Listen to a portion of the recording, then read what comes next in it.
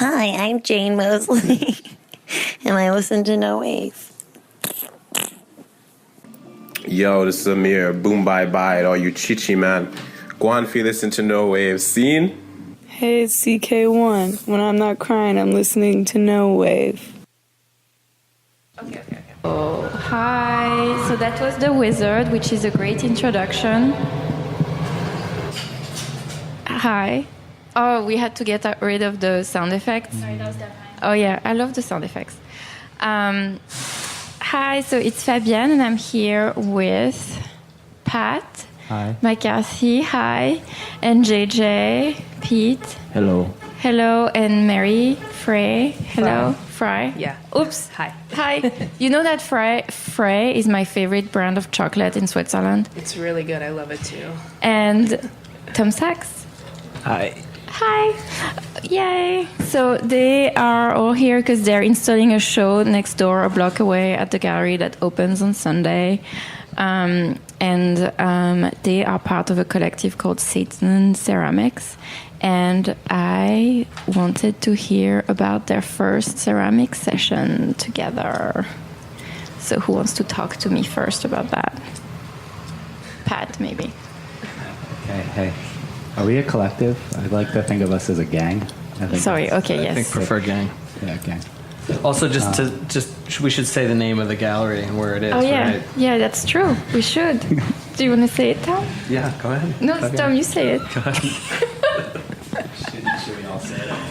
It's called Salon 94 at and it's the space on Freeman Alley. Okay, you're a gang. I like that. A gang. A pack. You're a pack. So tell me about your first session. Our first session was about a year ago, I think, a year and a half ago. I can't really, I don't know, we were downtown. It was in Tom's studio. I don't know, I don't know how to begin with the first session without telling like a preface, but I don't want to like talk too much about. Tell a preface. The preface is JJP is the greatest damn ceramicist in town, and for years he was. Thank you. For years he was nagging Tom, Mary, and myself to kind of join him and make works with clay because we make stuff all day, every day. And finally, I don't know, he like roped us all together in Tom's space one evening. And we had some big blocks of clay. And I don't know, we put on Black Sabbath and he started teaching us how to wedge. And wedging clay is really cool. It's kind of like when you begin, you like smash it around a lot. It's super visceral, so I think that was like a really attractive first move. And we were hooked from that. And you had never worked with ceramic before? Myself, not at all, no. Maybe you guys did. I don't even think I did when I was like a kid, like no Play-Doh or anything like that, but... I think I had it, but only when, like Pat said, as a 7th grader. My last piece was that I made in ceramics before 2 years ago was made in the early 70s. And the sessions at the studio were preceded by a number of meetings that we had at the 92nd Street Y, where JJ teaches ceramics to the mean old ladies, talk about a gang that we're not part of. They hate us. Where Bobby Silverman's the director, and runs a great show up there. And also Bethany Pell is works at the 92nd Street Y and helps all of us realize our dreams. Without Bethany, this also wouldn't happen. I think we need to give her a little props. Yeah.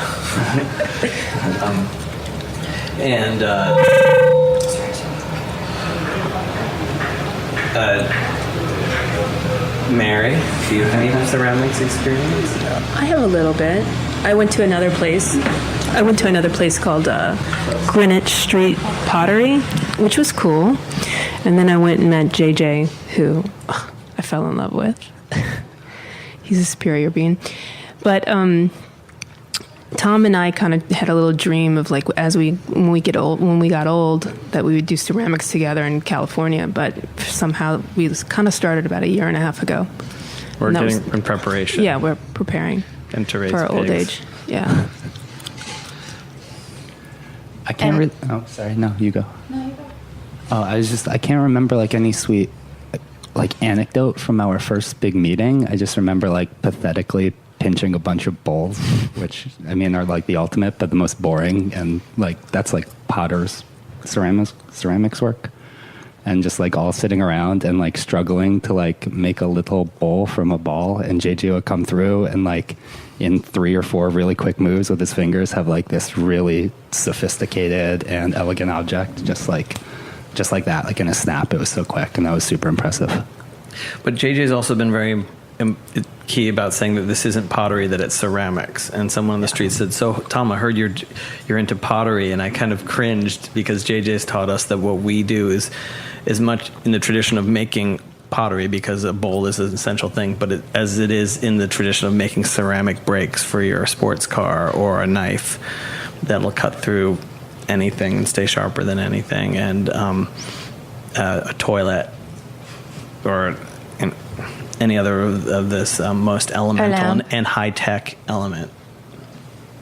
Cool. And how was your first session? What do you remember from the first session? The first session, I guess all 3 of these guys took to clay like they do with any other material they do, whether it be wood or photography or pigeons or whatever it may be. They grabbed it and went forward and started to use the material in, I guess, their own way, but show their hand completely immediately, which is so satisfying. But the first day we did, I guess I remember making pinch pots is what I do with all my students, doesn't matter who it is. And that gets me to understand kind of what each student or each person is about. It shows exactly the way their personality is. So I see that immediately, and then I get to kind of advise or push or pull or tweak, as I call it, each student. So these guys were fantastic. And then it got to a point where, I don't know, you guys still need me, maybe, but you've really... Yes. But you really don't need me. Like, everybody is using material in, we still make cups or drinking vessels, but we also, we make skateboards and urinals and pigeon bowls. Coops. Or knives, or whatever we do, but they just translated it into everything else that they make in their own studios. So it was fantastic to see. Cool. So everything that you make can be used, right? Is that what's? Do you feel like this is the case, that everything has a? Sure. I mean, we don't make decorative art. I mean, right? That would be the alternative to making something that could be used. It all is everything I think we make has a function in some way. I mean, that's a loose word, but I think most everything we make has a function. I think what JJ said is important, is that it's an element, a material that works into the things that we're already doing, whether it's photography or pigeoning or sculpture. So some of us have the functional aspect in the work that we're doing already, so it kind of blends into that. But probably the most important part is that it, maybe because it's such a primitive or elemental material, that it connects really directly to the ritual. And whether it's a vessel for holding something, whether it's a bird or a cup of coffee or whiskey, or whether it's a brick that's, as JJ says, used to start a revolution or to build a house. But sometimes those things do turn into the realm of sculpture and painting. Whether that's part of the decorative arts is another conversation.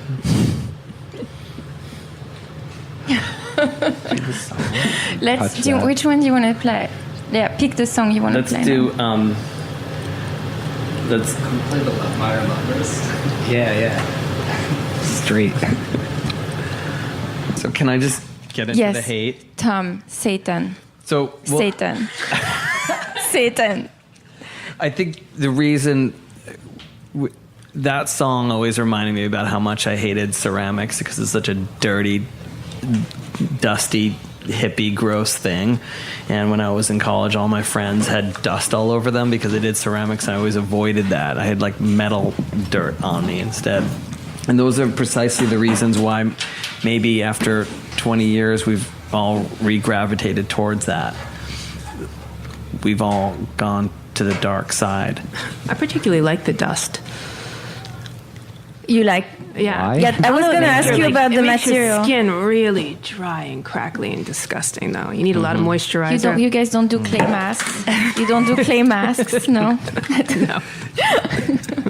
Our skin is perfect. It's good for dermabrasion. It works. Really We should have our own brand of hand lotion. We didn't even think about that. I don't know. Yeah. Next season. That's it. Soft and safe. But why Satan, guys? Why Yes. Satan Ceramics? It's an oxymoron that we get. I think it's like based on this fear of breaking taboos. Do you know? And we're always sort of associate things with different names and what this means and what that means, and just breaking that. It also then it takes that name bringing it to normalcy, and I think that's kind of important. And Satan's a good guy. He was expelled from the heavens, and I feel like we all were a little bit expelled from the heavens. You're the outsiders. What did JJ's mom say? Oh wait, let's talk about. JJ didn't really want to call the show SatanCeramics. He was fighting us tooth and nail. Right, it was going to be JJ Pete and the old ladies. Yeah, or something else like somebody's sewing circle, or wasn't good. Wasn't fitting the group. Well, I actually told my mom the title, and we kind of were like, well, she was leery about it at first. I told her at about 6 o'clock at night, and then she called me first thing in the morning, and she said, I think I like the title. And I was like, well, wait a minute, you're going against what I was pushing it away. And she's like, well, think about it. You guys are making objects out of clay, and then you're making those things in hell, and then hell is firing your ceramics. And that kind of pushed me over the edge and made me kind of laugh and agree with that. And then I told you guys that, and you hadn't thought about that. Or maybe you had thought about that subconsciously, but I thought it really pushed me over the edge, and I agreed upon after that. Yeah. We forge our bodies in the furnace of our souls. Exactly. I also think, we use words in ceramics like vitrification and, words that I have never even heard of before, like ongo and things like that. And vitrifying, I'm going to let JJ explain what vitrification is, which is very important. Vitrification in ceramics is when the clay gets to a point where it's a non-porous material. So vitrification means that whatever you make out of ceramics will be here for 3,000 to 4,000 years. So it's where the clay gets to a point where it's almost going to start to melt and turn into a puddle in the kiln, but right before that, it becomes non-porous. So you can take a vitrified object, say a bowl or a brick or a skateboard, and put it in a bucket of water for 3,000 years, and it's going to look the same. And you think about that when you make your objects, that everything is going to stay in the world. I always think about that, like when an artist decides to make an artwork and it acquires a life of its own, and the idea is to make something that lasts forever.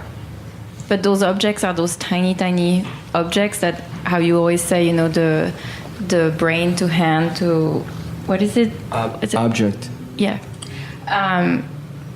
You make objects that will remain. Absolutely, and that's sort of that's one reason I use ceramics, and I think we all use ceramics because it has that archivalness, that longevity, and it's also something I think I pushed upon you guys from the beginning that if you make something shitty, it's going to be shitty for 3,000 years. So we make decisions before we actually fire our objects in the kiln. And I think that's an important part of what we do. When you say we, like you together, but you don't discuss like the four of you, like, oh, should this piece exist? You don't do that. You don't. No. Yeah. Okay. Well, Yes, of sometimes course. we do a lot of destruction. We destroy a lot of pieces, which is really fun. Mary, No. maybe you had the best way to destroy stuff. You told me about it one time. Oh, did I put it in a bag? You put it in a pillowcase. Oh, right. When I was moving from my house, I put it in a pillowcase, and then I just like brought it down on the street and crashed it, and it was beautiful. Came out all these great, beautiful pieces, and then I just threw them away. But I think what he's saying about it lasting and being archival, I kind of think that we're kind of creating our own mythology, right? Our own myth in each of our pieces, which I think is a quite beautiful thing. And they will last forever if we want them to. They can be passed down to generations. They can end up in a garbage dump. They're here to stay.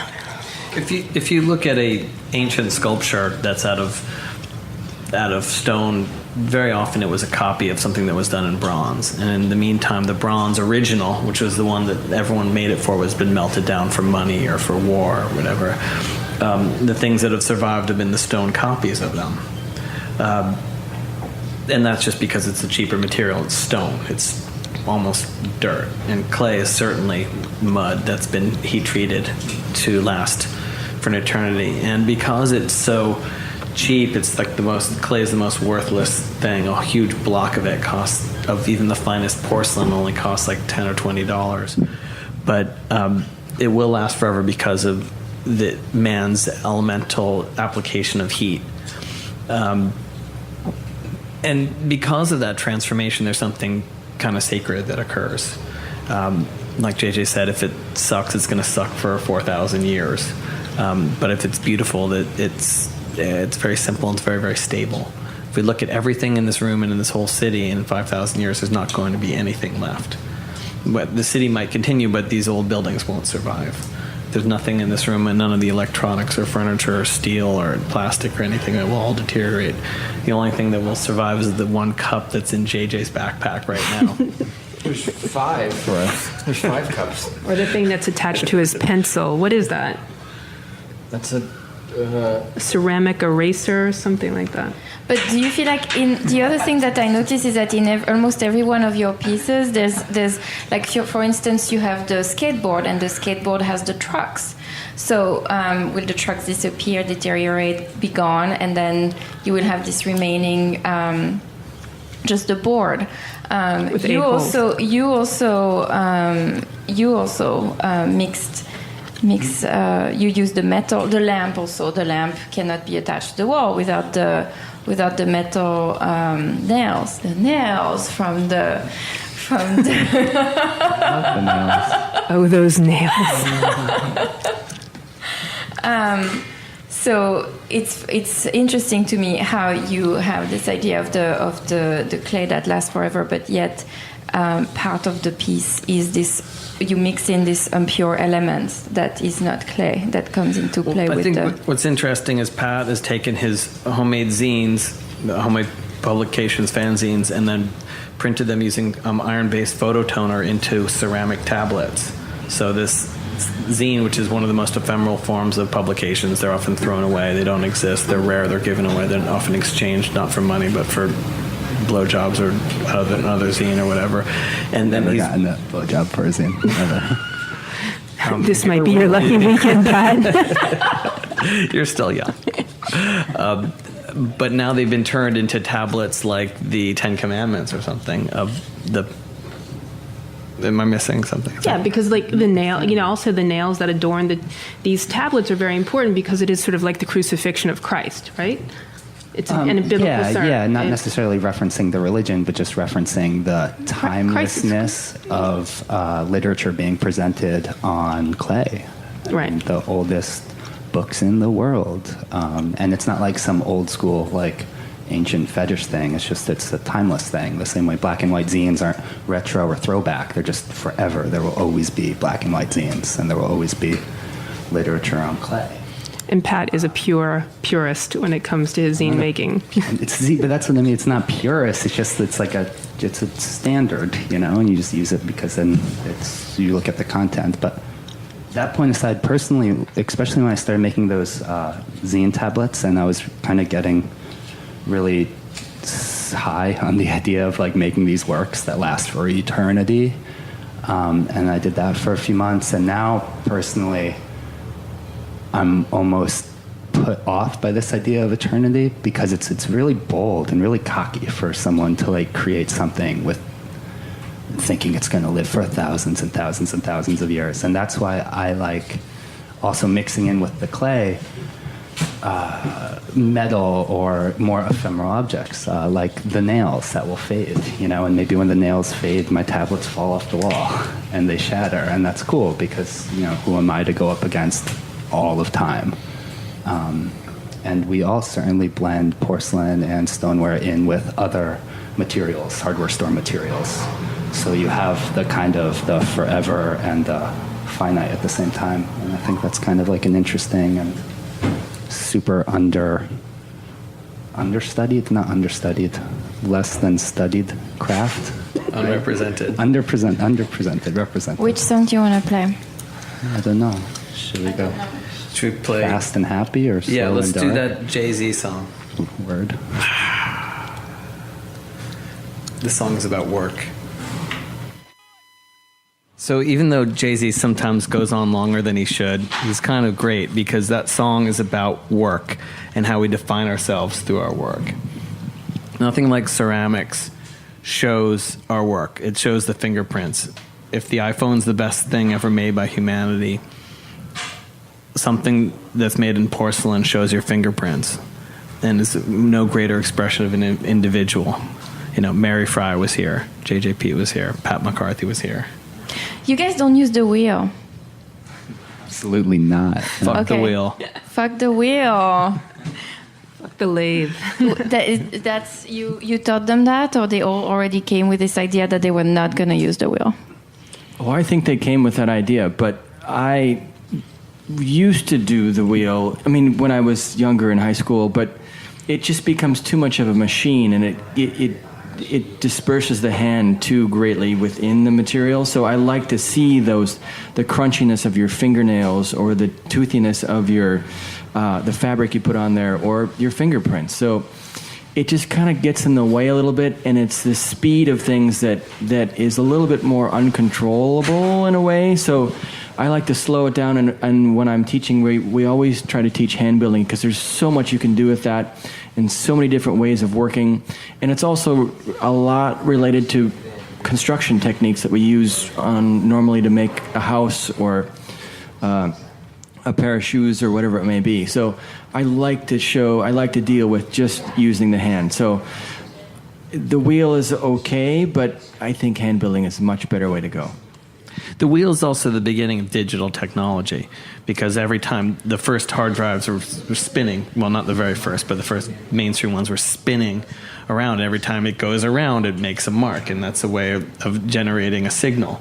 And all digital technology kind of really extends from that. And as the thing spins around, it wipes out the hand, and the hand is just a guide versus something that where even if it's a round object, it's pinched around, or else it's built out of a slab and it's bent around a form. So all of the expressions are of its being made are represented.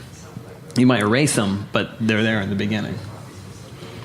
And you can spot them in the final piece. Do you guys communicate with each other via pigeons? I've been obsessed. I've been obsessed with you training your pigeons to send messages. But just really short, the way homing pigeons work is they fly from anywhere back home. So you can't just send like Lou can't send one of his birds to Billy, but Lou could bring one of his birds to Billy's coop and let it go, and it'll fly back to Lou's coop. Does that make sense? Yeah, it's like a but- one-directional thing, but Okay. it can come from anywhere. I don't know, so we have to figure out a way. Yeah. You would have to have Called birds. homing pigeons. Yeah, they go right? home. They tend to go home because home is like a really lovely, like, porcelain mansion. And how could you not want to return to that?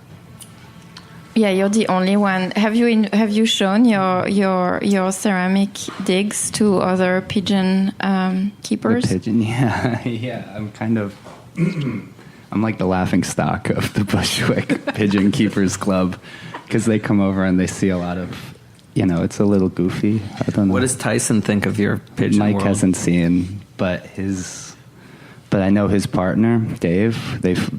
Tyson and Dave, they fly birds a block from my house. They've got like Mike Tyson. 1,200. Yeah, the boxer who grew up in the neighborhood. They've got like 1,200 freaking birds on that roof, and that's really cool. But when you have that many, like it's not like the nicest ambiance up on the roof. I don't know. Imagine, guys. 1,200 birds in a box. Like, it's not so cool. But when you only have 100, you could really focus on all the systems and the accoutrement of their living environment. And that is where most of my ceramic interests fall. Just kind of playing dollhouse on a big scale. Have you ever acquired one of Mike Tyson's birds? Yeah, and the first time I brought one of those, and with all of our pigeons have bands on the leg saying what coop they fly from. And the first time I ever brought one of his birds to the pigeon shop to sell it, I got so much respect for catching. Like, I definitely moved up a notch for catching one of their birds, and they were definitely a milestone. But you don't band your birds. I recently quit banding my birds, and it's kind of ironic for this conversation that I quit banding my birds just as I started developing porcelain leg bands. Is when I had like a moral crisis about putting a metal ring around an animal's leg. It just seems kind of like a shackle, and I'm over it. So instead, now I tattoo my birds' wings, which is a much more PC. Well, Ray Kurzweil would say Not with a needle, with a stamp. At the Everyone end, in the room is raising their eyes really wide. But Pat's a vegetarian. I'm a sissy, don't get me wrong. Like, hyper sissy.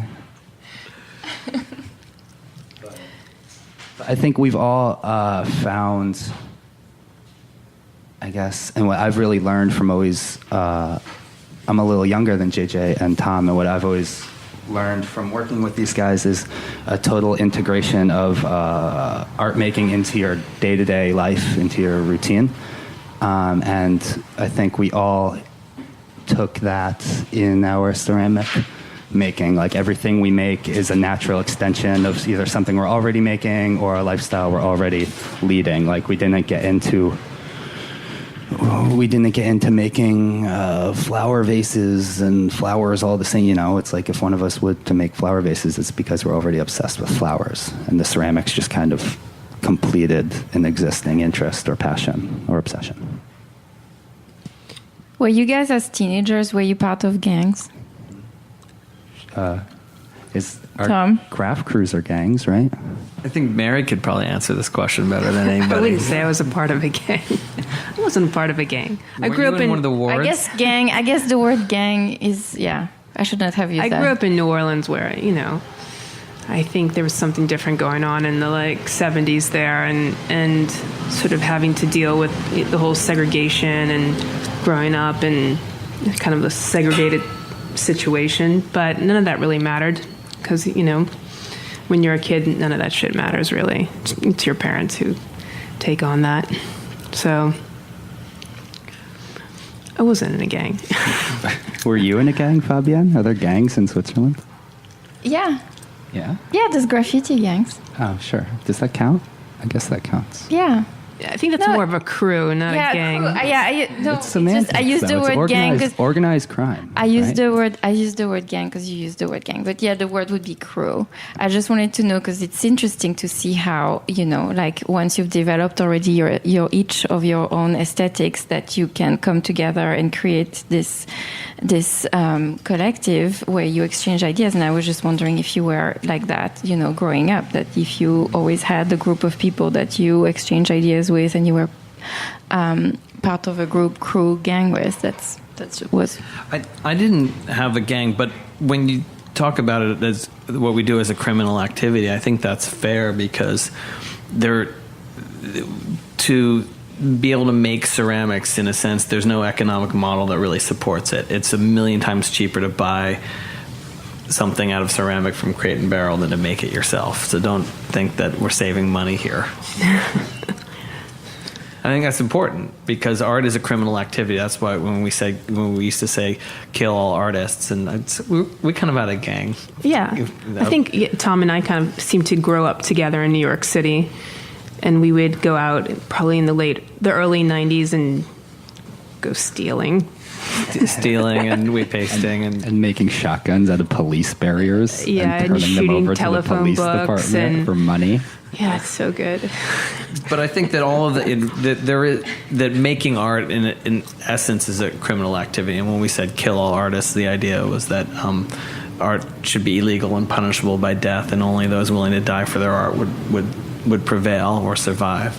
And I think that's held true to this case, in that we're very lucky to be able to have the show, and I consider it a great blessing and honor and privilege to be able to show these things that we made out of dirt, and that someone cares that it's more than anything more than just clay out of the ground. It's special, and I think that there's a criminality to that because it's so rare that you get away with it. I mean, we're really kind of dealing in the most elemental materials, and it's kind of, it's free, right? Yeah, I related a lot to the, to zine making, or because it's just paper and it's like this immediacy to the creation of the JJ's main, I don't know, credo, manifest. It's brain to hand to object. It's so direct. There's no tools. There's no like the wheel, there's no bullshit in the way. It's just like an immediate transference from your mind into the object. And I wanted to talk to you more specifically about how within your practice, how working with this dirty primal material has, evolved, like pushed your practice. Has it made it evolve?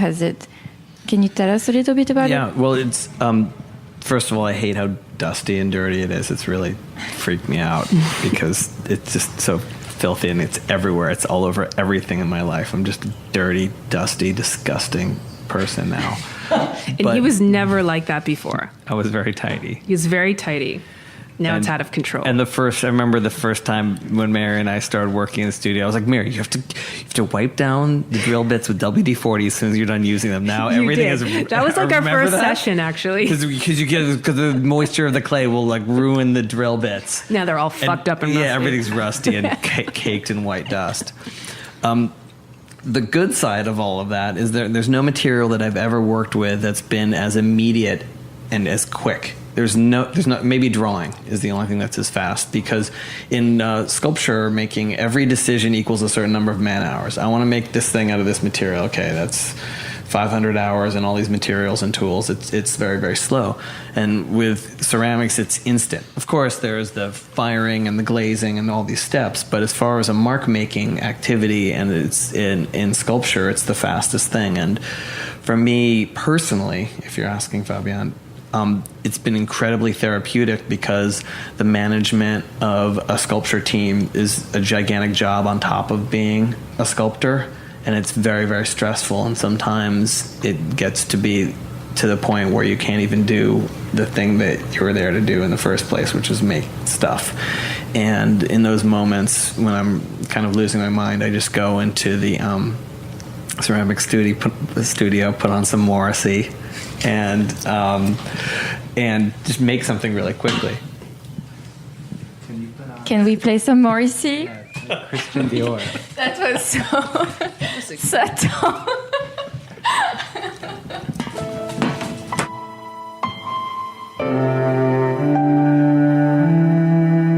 Okay, so I forgot. The show is now called Rock Doves. And can you tell us about rock doves a little bit? Rock doves are the original pigeons, like the pigeons from 5,000 years ago that the Babylonians like first domesticated and taught to fly home, were rock doves that would live these really romantic lives in seaside cliffs and the little cutouts that would happen from the erosion of the waves. It's a good name, man. Rock dove, full support. And what's the difference between a dove and a pigeon today? I don't know. Colors. There's a pigeon guy saying that that pigeon guys find terribly funny, but maybe it's not funny to anybody else. That every dove is a pigeon, but not every pigeon's a dove. But that makes pigeon guys laugh. A dove is just a kind of pigeon. It's just a breed, you know. Like a greyhound is a kind of dog. A dove is a kind of pigeon. Can I just, because we're just running out of time, I just want to make sure that we ask JJ, who is the ceramics master of New York The City, wizard. Yeah. About how you got into ceramics. Oh, yeah. Since he was a baby. Since I was a baby, I think. I actually found the first thing I made out of ceramics like 6 months ago that was a head that was out of earthenware. But I really got into it in high school with my high school art teacher that he taught a lot of different things, taught me painting, drawing, and he had a sense of like a magical work ethic where we would have to make an object or a drawing or both you'd have to turn 7 objects or 7 drawings in each week. He was a fantastic teacher. His name was Dick Pullen was his name. And he still makes me call him Dick Pullen, and I try not to call him Dick Pullen, but I have to call him Dick Pullen. But he taught me a lot of basic skills, and then from there I went on to making ceramics in college, and then stopped making it for 10, 12 years, and then moved back to ceramics about 5 years ago. And you teach at Columbia University? We teach contemporary ceramics at Columbia University, and we teach, I teach regular ceramics at the 92nd Street Y. What's the difference? There's really no difference. I really push. The name of the class. It's kind of the name. Yeah, at Columbia, I can control the name of the class. Everywhere else, it's kind of, it is what it is. But You're getting credit for one. yes, and not Ivy League credit. But I teach them all similar, where no matter what the first class is, we make proxy cups, where we make cups the first class, and then we move into sculpture. So they're all kind of directed the same way that we started our class. What's a proxy cup? A proxy cup is primarily it's your primary drinking vessel, and it's a transfer of life form into functional vessel. It's a definition that I've worked into all my other sculpture, so it's a term that I've used, and again, it's proxy cup is a transfer of life form into functional vessel. Does that make sense? Yeah. And Mary, we're gonna end with a song you pick. Oh, okay. Can you tell us? It's Susan Cadogan. I didn't get that out very well, did I? Yeah, Hurts So Good. Thank you. So we're gonna go out with a song. So you guys all have to come on Sunday from 6 to 8, the opening at Freeman Alley at 74. Thanks, guys. Thank you. SatanCeramics. Thank you. Hail Satan.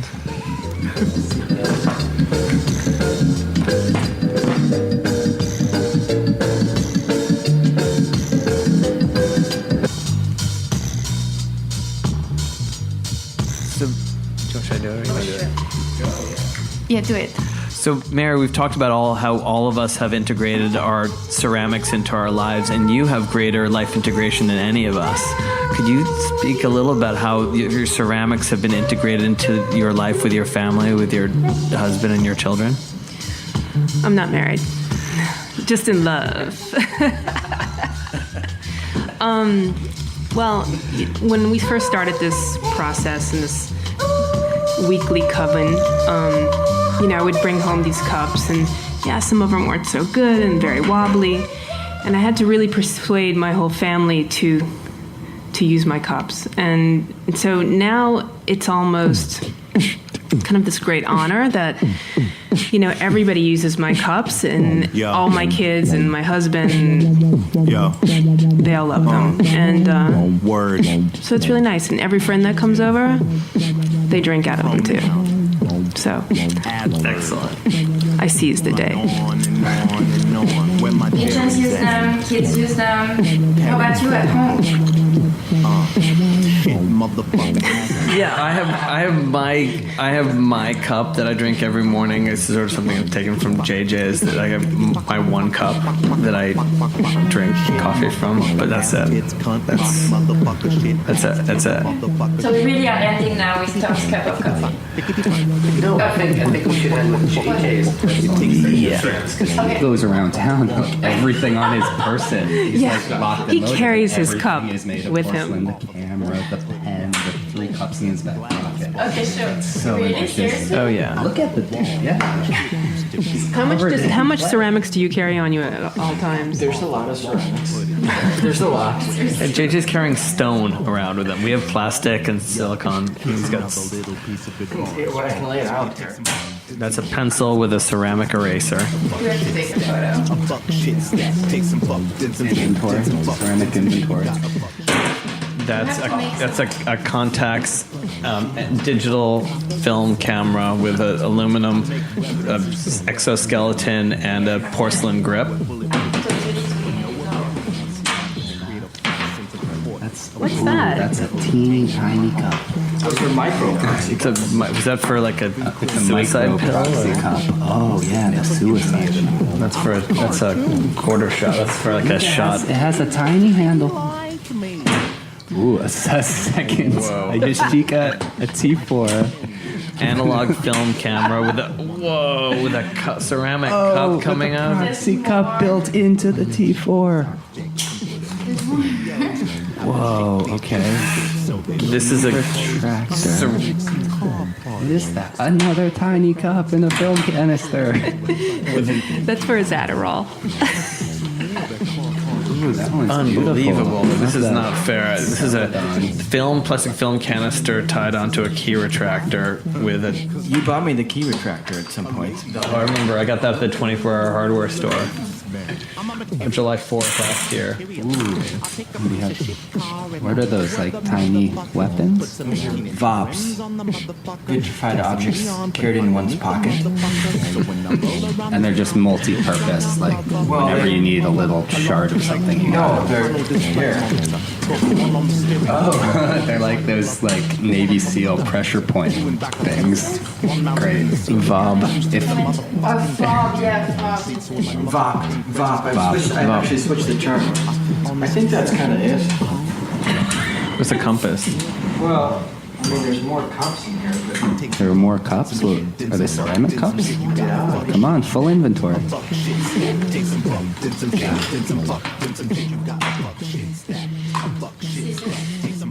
Oh, okay, a 4th tiny cup of micro I proxy. brought some stuff so we could drink water when we were on the thing. So I'm looking at a table with 1, 2, 3, 4, 5 micro proxy cups. Each one fits inside of a film canister.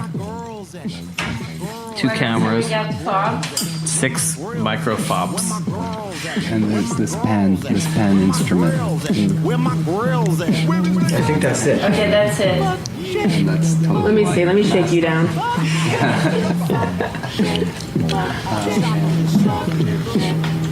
Yeah, So you carry this typically with you every day? absolutely. truth. I should take a picture. Do you carry any ceramics with you every day? No. I have my coffee cup from when I was commuting in the car to work today. Oh, so you have it. So I have it left over like a real true suburban commuter. And so I have that on me. No, actually, no. It's In the car. Yeah. Maybe you think about making headphones. We don't have enough headphones. No, we don't. We should make headphones out of ceramics. Maybe. Yeah. It's like the next step from a porcelain boombox is a Yeah. porcelain headphone. All right. Yeah, for Beats by Dr. Dre. Okay, I'm gonna call Michael Koss and speak with him about this. Yeah. Because we Beats believe by in Dre. cost. Yeah, fuck Beats. That's just garbage. With costs, you have to keep it, win America back for Americans. And those are the guys who invented headphones in the late '50s. Yeah, and they're still rocking it from Milwaukee, Wisconsin. Okay, so do it. We're on it. Yay! Okay. Amazing.